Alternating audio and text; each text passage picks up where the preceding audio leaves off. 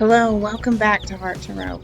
I'm at the feed store looking at these cute baby chickens. They're so adorable. Getting grain and hay for Dude, and here I'm out at the stables. And the nice thing is, they turn him out during the day, so he's not in his stall 24/7. They get a good amount of time outside in the pasture, and that's so great. I'm cleaning his stall so it's fresh when he is bedding down tonight after we get done riding. And I'm just gonna clean up his stall, throw the manure and stuff out in a pile out behind the barn. And I use a pelleted flake. It's really good for absorbing all that excess water or urine in his stall. And then I also use a large flake sawdust I put down. It's good, just gives him a cushion and a nice place to lay down. So I'll get this cleaned up and then let me show you where I'm putting his boots on.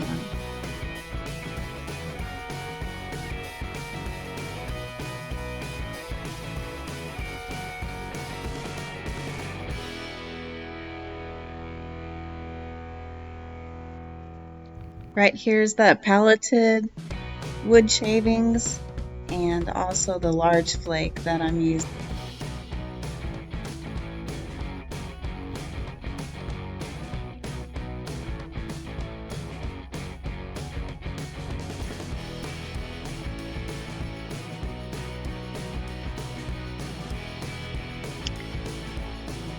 Here I am getting ready to go out and rope. I've got bell boots and skid boots, and just kind of want to show you me putting his bell boots on. They're actually labeled right or left. If they're not labeled, you want to make sure that the flap, the Velcro, goes to the outside, but these are kind of opposite. There's one, they overlap each other. But they're medium size. They come in small, medium, and large, and I use the medium size ones. They just help him so he doesn't clip himself in his front heel. These are the back skid boots, and you always want to make sure and put the buckle to the outside of the leg.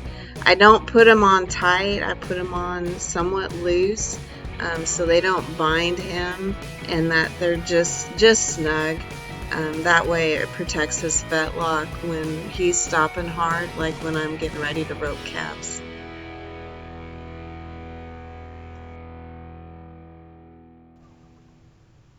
And it looks like he's probably had boots on before.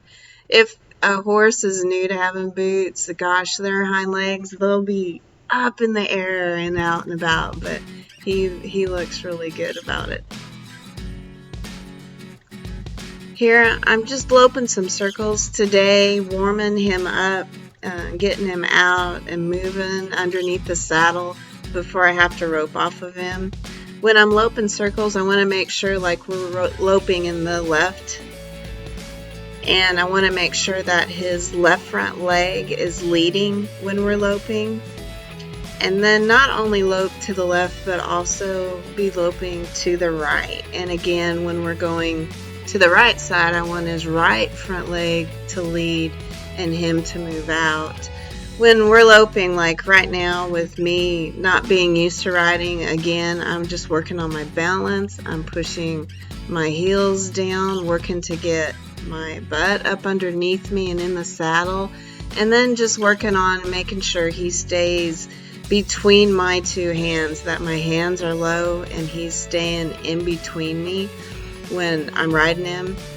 That he's not wavering right or left is a great thing, that he's just staying even keel when we're loping, and hopefully in nice circles.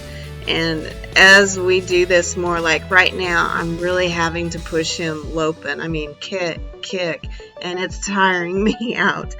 But when we're loping, I want to get him to where he knows like what a soft cue is to move softly up underneath me, and then also to feel my body when we're wanting to hustle, that he hustles up too. And I think in time he'll learn that. But right now, oh gosh, I'm having to kick a lot to get him going.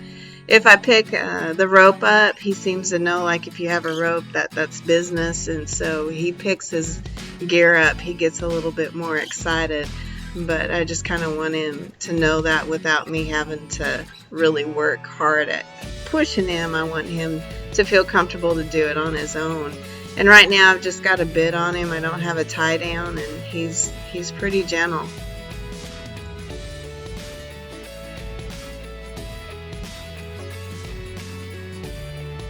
Dude's been good, and this was a slow steer, and so I cinched him up and got on him and went after this steer, and sure enough, he bucked. Oh my gosh, I wasn't expecting it. I lasted for about 2 jumps, and then I was off. Oh my goodness. Running through my head is, do I really want to do this? Gosh, I having second thoughts about whether I really want a horse and whether I want a rope that bad. But I think it was ultimately because I cinched him up too tight.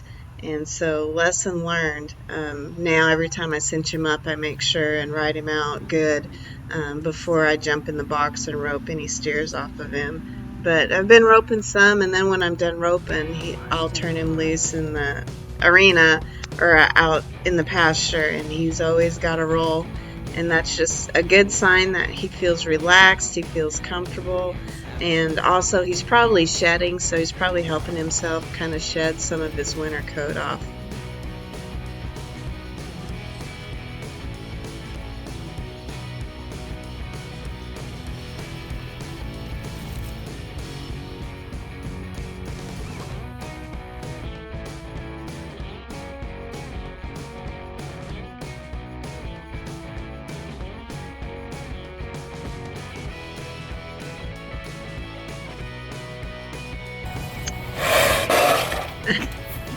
Honestly, after he bucked with me, I didn't want to give him green that night.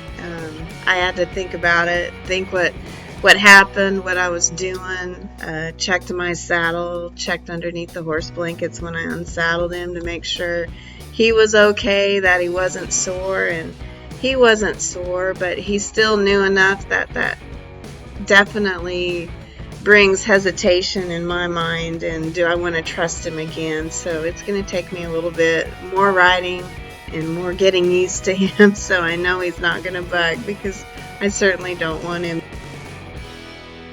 Ultimately, he's fine, I'm fine. I was a little sore the next day, not bad, but we're back to roping. Obviously, after he bucked me off, I just got back on him, and we went to loping quite a few circles that night and getting used to him and figuring out what in the world happened. But it's all good.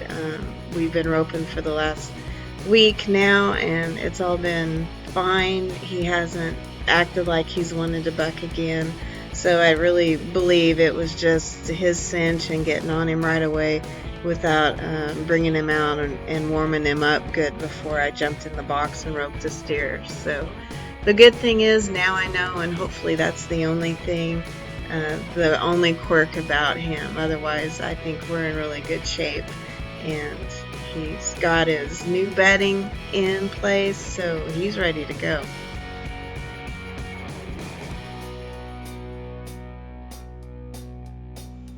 Hope you enjoyed this episode of Heart to Rope, and we'll see you next week on these little weekly updates on my blog. So I hope you enjoy. Please leave comments if you have a chance. I'll catch you later.